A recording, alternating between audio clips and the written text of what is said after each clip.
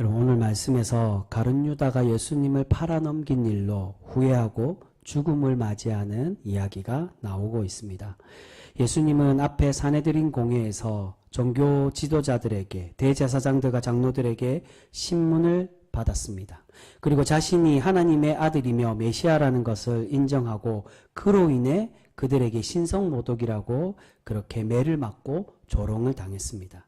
하지만 당시에는 이스라엘 백성들이 로마의 속국으로 있었기 때문에 마음대로 사형을 집행할 수가 없었습니다. 아마 대제사장들과 장로들은 예수님을 바로 그 자리에서 죽이고 싶었을 것입니다. 신성모독했다고. 하지만 자기들 마음대로 그 실제 사형 법적 행동은 할 수가 없었기 때문에 그래서 예수님을 직접 죽일 수 있는 로마의 총독인 빌라도에게 끌고 가서 반역죄의 혐의를 씌우고 그렇게 고소를 하고 있습니다. 그런데 빌라도의 신문이 있기 전에 어떤 말씀이 이어집니까? 먼저 가룟 유다가 예수님이 사내들인에 있었던 일로 후회하는 모습이 오늘 우리에게 소개가 되고 있습니다. 우리 그 말씀 다시 한번 보겠습니다. 3절과 4절 말씀입니다. 3절 4절 같이 읽습니다. 시작.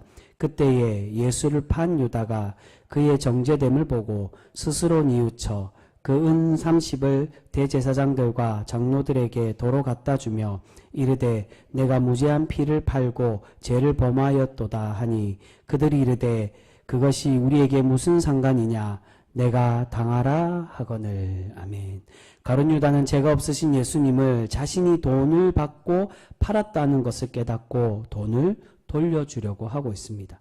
여기서 3절에 가룟 유다가 어떻게 했다고, 마음 상태가 어떻게 했다고 그럽니까? 뉘우쳤다라고 그렇게 우리에게 말씀하고 있습니다.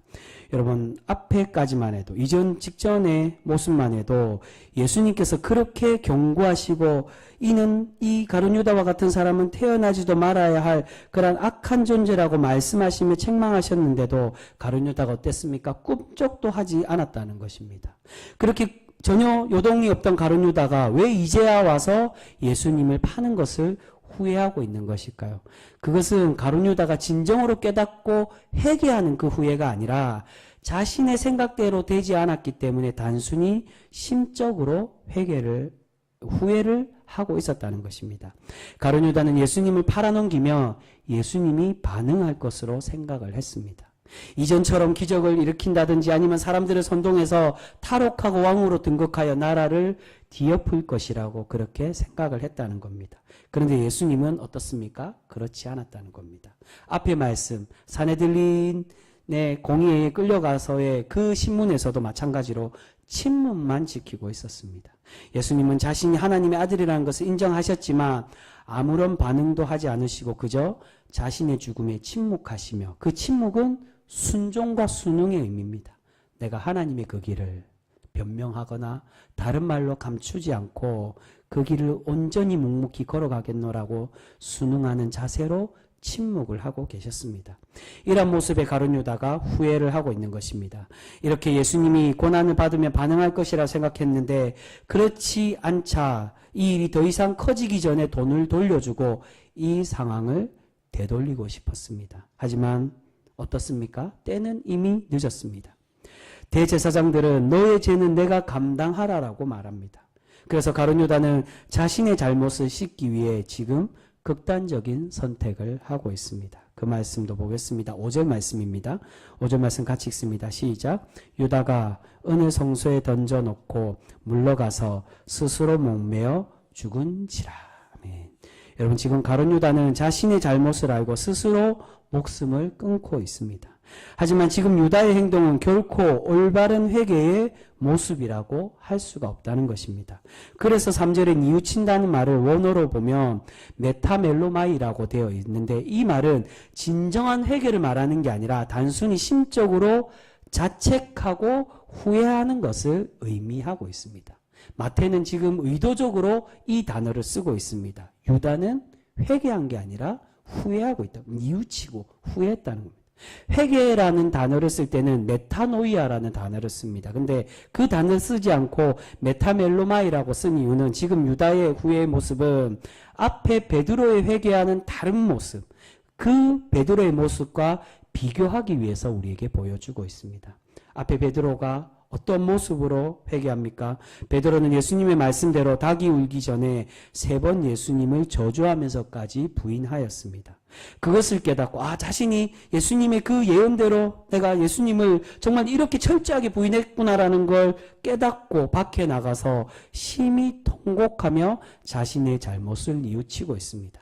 앞에 베드로의 경우에서는 회개라는 단어는 나오지 않습니다. 직전장 26장에 보면 회개라는 말은 나오진 않지만, 하지만 그의 모습에 볼 때 베드로는 자신의 잘못을 알고 하나님께 엎드리며 하나님께 낮아지고 있다는 겁니다. 직전 말씀에 심히 통곡했다고. 자신 스스로가 자신의 잘못을 감추거나 해결하려고 하는 것이 아니라 하나님 앞에 자신의 모습을, 자신의 죄와 잘못을 내려놓고 있는 것입니다. 그런데 가룟 유다는 어떻습니까? 진실된 회개가 아니라 그저 후회하고만 있었다는 겁니다. 자신이 잘못한 것을 깨닫고 후회는 했지만 결코 회개하지는 못했습니다. 그래서 그 결과의 모습이 어떻습니까? 베드로는 자신이 부인했다고 해서 자책을 하고 슬퍼하며 괴로워했지만, 그러나 주님의 그때와 주님의 자리에 시간을 기다렸지만 유다는 그러지 못했습니다. 자신의 잘못을 씻는 방법으로 하나님의 용서와 은혜의 보좌로 나아가는 것이 아니라 절망 속에서 죄를 스스로 해결하기 위해 자신의 목숨을 스스로 끊고 있었다는 겁니다. 여러분, 바른 회개는 자책과 후회로 이루어지는 것이 아닙니다. 진정한 회개는 내 죄의 크기보다 하나님의 은혜가 더 큼을 우리가 인정하고 주님께로 나아가며 주님께로 돌아가고자 그렇게 몸부림치는 것이 진정한 회개라고 할 수 있습니다. 내가 회개하기 위해 내 스스로 내가 죄 씻음을 받아야 되겠다라고 자살을 한다든지 아니면 내 몸을 깎는다든지. 그래서 사도 바울도 서신서에서 그런 말을 합니다. 우리의 몸을 자해하거나 그렇게 스스로 거룩한 채 해서는 안 된다라고.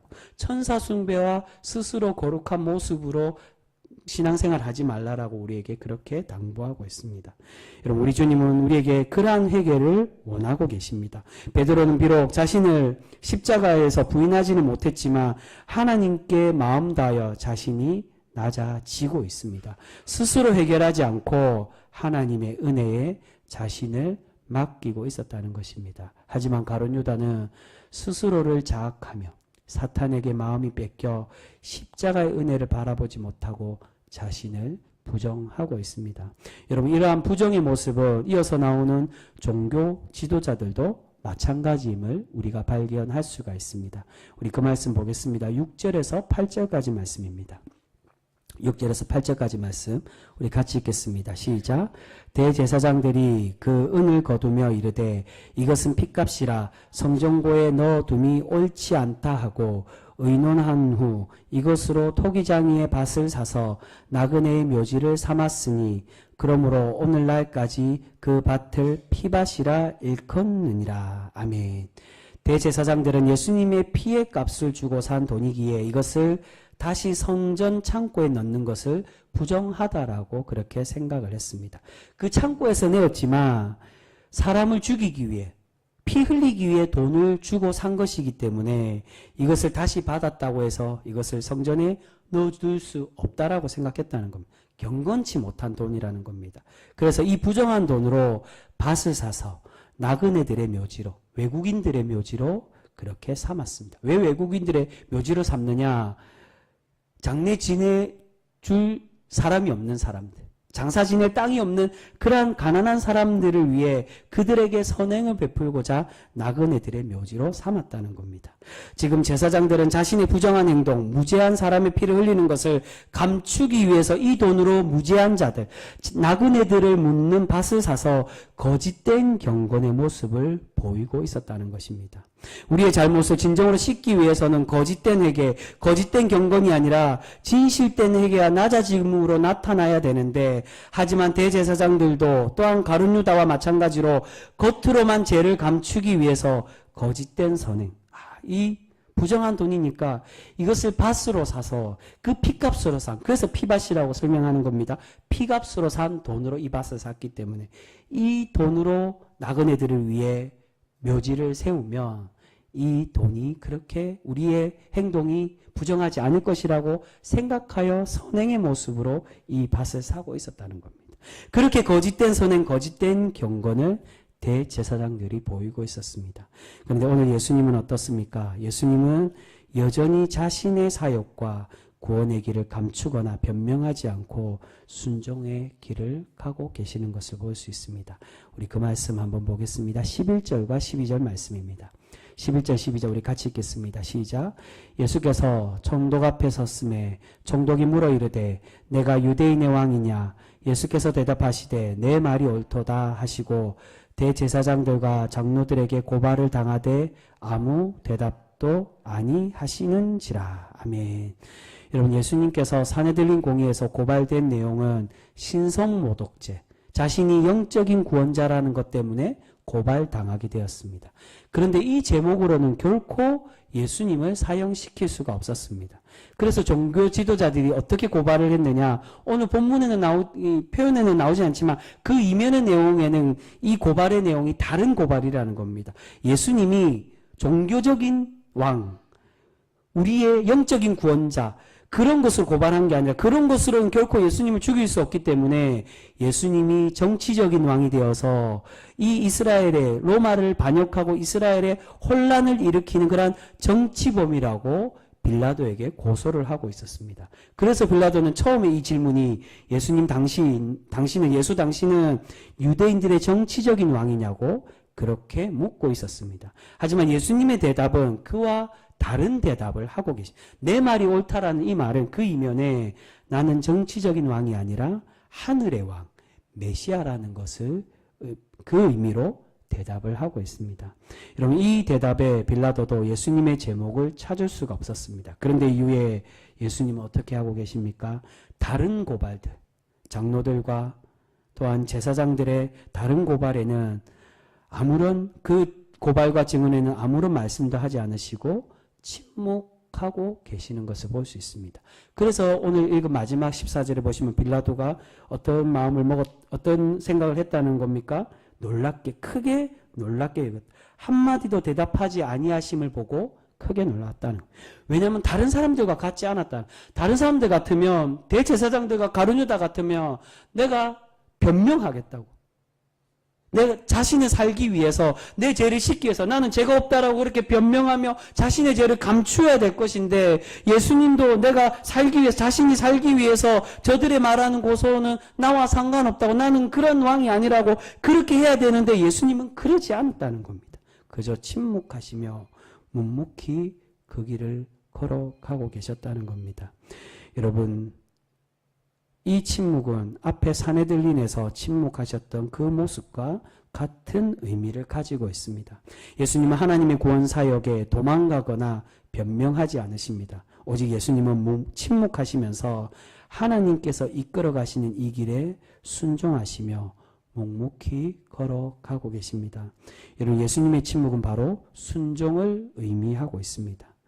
너의 말처럼 나는 하나님의 아들 메시아라고, 하나님의 그 구원의 길을 묵묵히 걸어가겠다라고 그렇게 침묵으로 대답하고 계시는 것입니다. 사랑하는 성도 여러분, 오늘 우리는 주님의 순종과 낮아짐을 배워야만 합니다. 가룟유다와 대제사장들처럼 계속 자신들의 잘못을 감추고 변명하는 것이 아니라 주님의 이 순종을 배우는 신앙인이 되어야 됩니다. 가룟유다는 자신의 행동에 후회하며 스스로 죗값을 치르지만 진정한 회개는 하지를 못했습니다. 대제사장들도 마찬가지입니다. 무죄한 자의 피 흘림에 회개하는 것이 아니라 이것을 단순히 눈가림을 하기 위해서, 감추기 위해, 나그네들을 위해 그들을 묻는 그러한 무덤 땅으로만 죄를 감추려고 하고 있었다는 것입니다. 여러분, 하나님께서 우리에게 원하시는 회개는 나의 방법과 나의 선한 행동으로 죄를 씻는 것이 결코 아닙니다. 오직 주님께서 우리에게 원하시는 회개는 예수 그리스도의 보혈의 은혜에 우리 자신을 낮추고 주님의 은혜로만 우리가 거듭날 수 있음을 믿고 자복하며 하나님의 은혜로 우리가 낮아질 때 우리가 제사함을 받게 되는 줄 믿습니다. 여러분, 진실한 회개는 유다처럼 돈을 돌려주거나 밭을 사는 것처럼 물질로 하는 것이 결코 아닙니다. 또한 나의 선행과 나의 만족의 행동으로 하는 것도 결코 아닙니다. 오직 하나님께서 원하시는 참된 회개는 하나님 앞에 진실되게 우리가 깨닫고 마음을 다하여 순종하며 변화된 삶. 순종이 믿음이라고 말씀드렸습니다. 우리가 도대체 믿음이 뭐냐? 하나님을, 주님을 믿는다는 게, 그 복음을 믿는다는 게 뭐냐? 순종의 삶을 사는 거라는 겁니다. 우리가 하나님의 은혜를 받았기에, 값없이 받았기에, 한번 작정해 주신 하나님의 그 구원의 은혜에 아무리 우리가 하나님의 말씀을 어기고 범죄하고 죄를 지어도 결코 포기할 수 없어서 끝까지 우리를 구원하시기에 참으시고 인내하시는 그 신실하신 은혜를 우리가 이제 받았기에 그 받는 것으로만 끝나는 것이 아니라 참되게 믿는 것. 아, 주님이 나를 이만큼 은혜로 사랑하시는구나. 그 사랑의 은혜를 주셨구나. 주님을 믿기 위하여 순종하며 살아가는 것. 그 변화된 삶과 거듭난 삶으로 우리가 온전히 살아갈 때 참 회개의 사람이 되어지는 줄 믿습니다. 사랑하는 성도 여러분, 베드로는 지금은 주님을 부인하고 도망치고 있습니다. 그런데 결국 나중에는 어떠한 삶으로 그가 인생을 마무리합니까? 로마에서 순교하며 참 회개의 모습을 몸소 보여주고 있습니다. 변화된 삶으로 살았다는 겁니다. 거부하던 자가 나는 주님을 모른다라고 저주까지 하며, 그래서 주석은 과연 무엇을 저주한 거냐? 자기를 저주한 거냐? 아니면 예수님을 저주한 거냐? 예수님을 저주했다라고도 봐야 된다. 나는 그 사람, 그런 썩어 빠진 사람 난 모른다라고 그렇게 저주까지 하며 예수님을 부인했다. 그랬던 베드로가 주님의 부활을 경험하고 주님께 나의 교회의 반석이 되며 나의 양을 먹이고 그렇게 치라는 그 명령에 순종하여 자신의 생명과 자신의 삶을 온전히 내어놓고 주님의 그 십자가의 길을 온전히 걸어가고 있는 것을 볼 수 있습니다. 여러분, 우리 또한 말로만 회개하고 나의 만족으로 회개하는 것이 아니라 나의 삶을 하나님께 온전히 올려드리고 주님 뜻대로 순종함으로 참 회개의 성도 되는 우리 귀한 성도 모두가 되실 수 있기를 바랍니다. 여러분, 그러한 참 신앙의 모습으로 우리가 살아갈 때 하나님께서 우리를 기뻐하시고 날마다 우리에게 복 내려 주실 줄 믿습니다. 여러분, 오늘 가룟 유다의 그 배반의 삶과 또한 주님의 순종의 모습으로 우리에게 대조하며 우리에게 말씀해 주고 있습니다. 그 말은 너는 과연 어떤 선택에 어떤 순종의 삶으로 살아가는 신앙인이냐고 우리에게 질문하고 있는 것입니다. 가룟 유다와 같이 겉으로만 회개하는, 후회하기만 하고 자책하기만 하고, 다른 사람들이 보니까 대제사장들처럼 내가 이만큼 꾸며서 나의 행동으로 보이면은 사람들이 나를 경건한 자라고 알아주겠지라고 생각하는 그런 외식적인 회개의 신앙인의 삶인지, 아니면 예수님과 같이 비록 아무 말씀은 하시지 않으시지만 우리를 구원하시기 위해 십자가의 그 길을 묵묵히 순종하시며 그렇게 살아가셨던 그 모습과 같이 우리 주님은 주님이 그 순종을 배우고 주님을 닮아가는 성도가 되기를 우리에게 바라고 계십니다. 아무쪼록 우리가 우리의 삶들 속에 하루하루를 살아갈 때 배반의 삶 또한 거짓되고 진실되지 못한 회개의 삶이 아니라 우리 주님과 같이 참 순종의 삶으로 살아가 하나님께 칭찬받는 우리 귀한 복된 성도 모두가 되실 수 있기를 주님의 이름으로 축복합니다. 기도하겠습니다.